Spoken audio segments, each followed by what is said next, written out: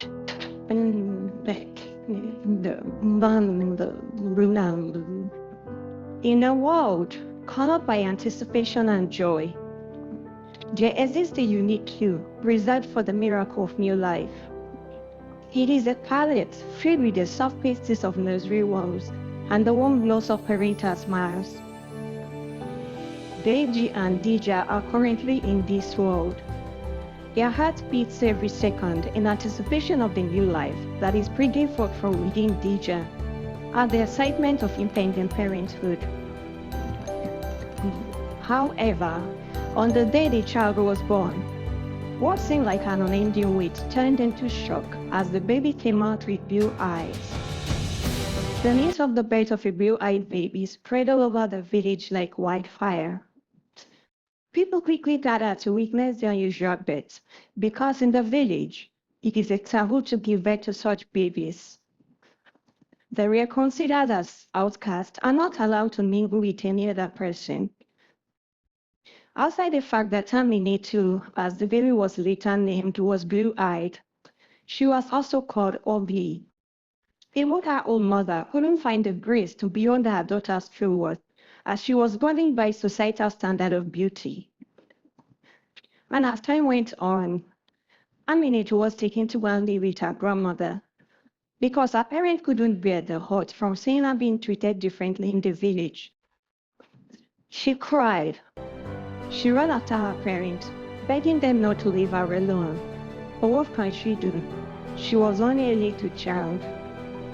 They thought they were helping her. But this particular act of what seems like rejection from her own parents left Aminatu in a state of vulnerability and anguish.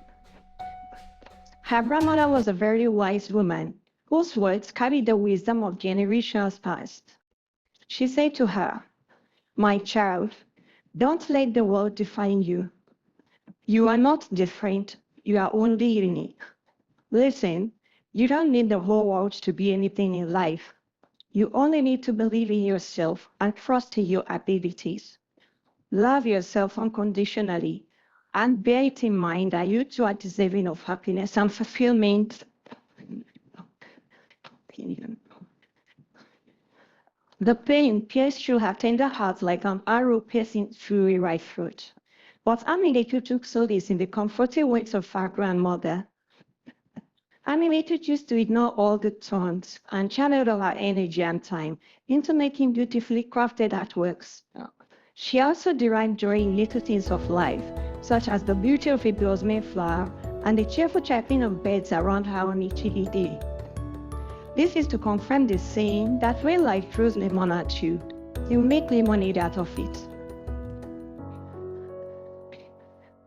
Many years later, Aminatu grew into a very intelligent, beautiful, and hardworking lady. She was also a crafter and an aviculturist. Then the prince of the village returned. He had just completed his studies outside the village. It was now time for him to choose a bride. The news traveled quickly around the village, and within a short time, ladies of different colors, sizes, and height were assembled before the prince to make his choice. Aminatu also came along to join the bevy of beauties vying for the position of the queen. But she was asked to leave because an outcast cannot contest the position of the queen. She left quietly, but heartbroken, and sat among the crowd of people, patiently waiting to know who their next queen will be. Then it was time for the prince to pick his bride. Or he said he was not going to choose based on physical appearance alone. He was going to test their minds too. Then we passed through some set challenges. These challenges will test their smartness, intelligence, wisdom, sense of judgment, courage, patience, and every other good virtue that befits a queen. The first challenge was a riddle. They were to find the answer to the riddle, and it goes like this. I speak without a mouth, and I hear without ears. I have nobody, but I come alive with the wind. What am I? The ladies pondered over the riddle for days, but none of them could get the answer. They couldn't even find a clue. When Aminatu heard about the riddle, she also thought very hard about the answer, yet she couldn't find it. She pondered upon it for 2 days. She wondered what the answer could be, but the answer wasn't forthcoming. On the third day, Aminatu went to her grandmother and said, "Grandma, please tell me the answer to this riddle." Her grandmother looked at her and said, "But you're not contesting, so why bother about the answer to the riddle?" Aminatu replied and said, "Grandma, you've always told me to remember the words of Christian the lesson, which is, believe in yourself and all that you are. Know that there is something inside you that is greater than any obstacle. You also told me that I don't need anyone's permission to prove myself, but I should always use every opportunity to demonstrate my capabilities. Grandma, I believe this is my time. I am not doing this just because of the queenship position, but I'm also doing this for the people to know who Aminatu truly is." When her grandmother heard all this, she stood up, held her hands, and took her to a garden. The garden where Aminatu raised her birds, and harvested quietly. A gentle breeze rustled through the leaves, causing the branches to sway softly. The young lady observed a group of birds chirping and fluttering about. Suddenly, a feather detached from the passing bird and floated gracefully in the wind, dancing its way across the garden. Her grandmother turned to her and said, "Do you see that feather, my dear? It travels with the wind, just like the answer to the riddle. It has no mouth, yet it moves with the air. And though it's just a tiny part of the bird, it seems to come alive as it dances freely. Think of what else shares this quality."